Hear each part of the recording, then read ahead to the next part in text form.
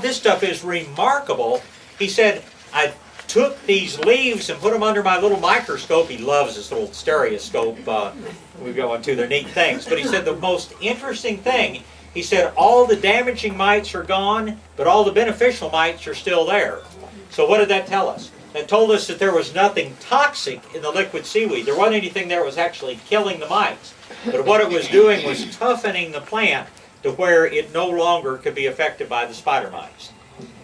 So it's a great thing to do. Yes, ma'am. I grew squash and pumpkins, and the leaves got gray. We're going to come to that in a few minutes. That's powdery mildew. Okay. Okay, just a couple more things about tomatoes. Tomatoes are susceptible to 2 or 3 different disease problems. The worst of the diseases are the virus diseases. Virus diseases are spread by the thrips insect. They've never been a problem in my garden, so I can't really tell you, exactly how to prevent them or anything else, but I think if you grow a good healthy garden, you probably will not have problems. But if you get a virus disease, what you're going to see is the growth at the top of the plants just starts getting gnarled and stunted, and anything below that point will go ahead and develop and put on tomatoes, and everything will be fine. But the plants will pretty much stop growing and stop producing. So number one, try to keep your thrips under control, and I guess we can talk about those in a few minutes.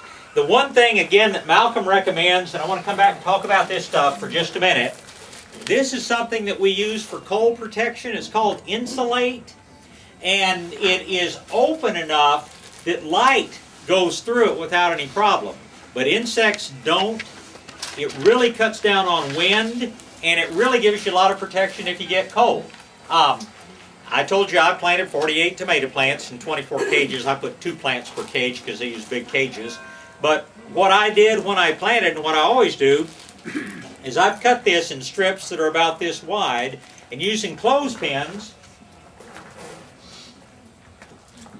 and remember I've got this cage pushed down into the ground, probably that far, and I've wrapped up to about the second ring. I've just wrapped a layer of this all the way around, and it's amazing how much warmer it keeps it inside there. And all the winds we've had in the past few days, had a few tomato plants that were sitting out still in their little trays, and man, they were just wilting over in the wind. The ones I put in the ground that were protected by this, no wilting whatsoever. So it's a great thing to do.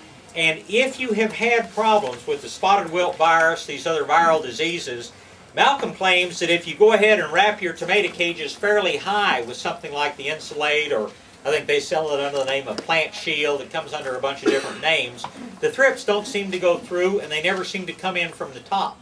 So you end up pretty much disease-free. Again, it's not been a problem in my garden. I use this stuff just for protection from the cold. And I will, if you look out my garden right now, you see the cages standing everywhere, little Insulate wrapped around the bottom of them. I will go out in the next month or so, and I've got all this stuff cut. It lasts for 6 or 8 years in the garden if you take care of it. I will clothespin a piece of it over the top. Why? For hail protection. Nothing's more disappointing than having beautiful tomato plants this size and having about 5 minutes of hail and they just turn to mush underneath. This stuff will stop all except the biggest of the hailstones. And you can leave that on all year round? You can leave it on as long as you like, because enough light moves through that. We use it on plants in the wintertime for protection. We'll wrap up hibiscus or bougainvilleas, leave them wrapped for 2 or 3 months, and they're perfect when you unwrap them. Yes, ma'am? What do you do to keep the raccoons and the squirrels from stealing the food? I use a live trap, and I relocate a lot of wild animals.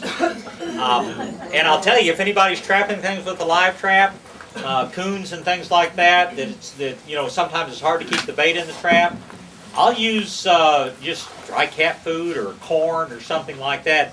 I put it on the ground, and then I set the trap on top of it.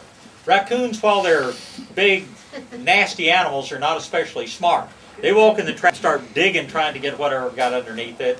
I trapped 4 coons in 4 nights in one trap last week. And so I use a live trap. Now, some people will use other things. 22 works quite well, not the city limits. I will tell you about something that we are experimenting with, and I don't know how this is going to work yet, But when we were at the gift show in Atlanta in January, we took a day and went to something called Birdwatch America, which was a big expo of, you know, wildlife type of products. And I'm sure they didn't bring one out. We have a handful of them inside, and again, they're just an experiment. But it's, and they have, these folks, it's called the Night Guard Predator Control System. And these folks have some very convincing letters from the Department of Game and Fish in Alaska and other places. And what it is, it's this little square thing about so, has a solar collector up on top of it, and it produces like a pulsating red light.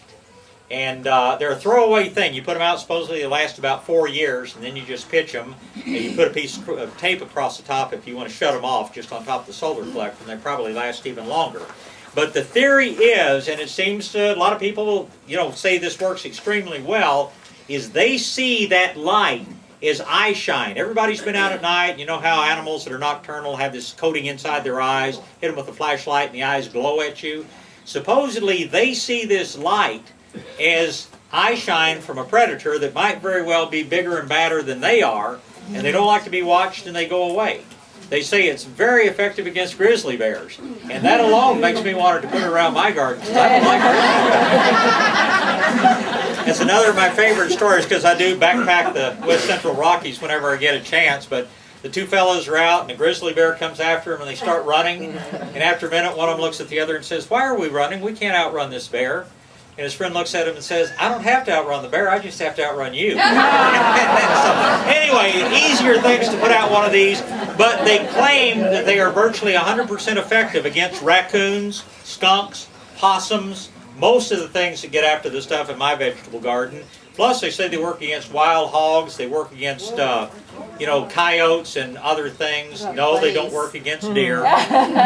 We were trying it against deer, and they said, you know, deer is problematic as they are, supposedly are a little bit smart, and they say that if you put it out there, the deer will stay away for about 2 or 3 days, and they say, that thing have moved, there's no threat there, and they come in and eat. So they say you can try moving it around every 2 or 3 days. Donna's trying it, but her deer, I guess they know how delicious thing she has on her porch, so I'm not going to make any promises about deer. But bears, coyotes, things like that, if it's important to keep them out of the garden, it's a good idea. We've got some inside. What's it called? It's called Night Guard Predator Control. And supposedly, if you mount it up high, you can use it to keep owls away from your purple martin houses and things like that. Yes? What about pollination of the tomatoes when they're inside a cage? Like No problem at all. Tomatoes are wind pollinated, and you're going to get enough shaking.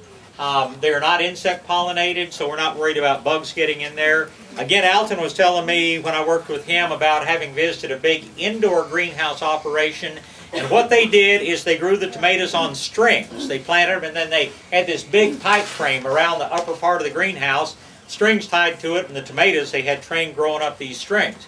He said every day somebody would walk in the morning with a baseball bat and go whack, whack, whack. Good way to get some stress out of your life, I guess. But also, just that shaking was enough to pollinate the tomato plant. So really, any kind of breeze doesn't seem to bother pollination at all. Yes, sir? Just one thing I just recently bought to keep animals away. We have lots of raccoons and things. I bought something called, I think, a scarecrow. It's a motion sensor with a sprayer. Yeah, we've had those before. It works well until it gets cold. Right. But I grow a garden 12 months out of the year, and when the hose freezes, it doesn't work anymore. But yeah, the scarecrow is about $100, but they stop the postman, they stop all sorts of different things. It's kind of fun to watch people react, because, you know, you're walking up and this will whip around and hit you with a blast of water. Yes, sir. I'm coming out of that right now. Anything else on tomatoes? Is a grow web similar to grow to insulate? Yeah, same stuff. Same stuff. Yeah. Yes. I used drywall netting on the bottom, and then the deer netting on the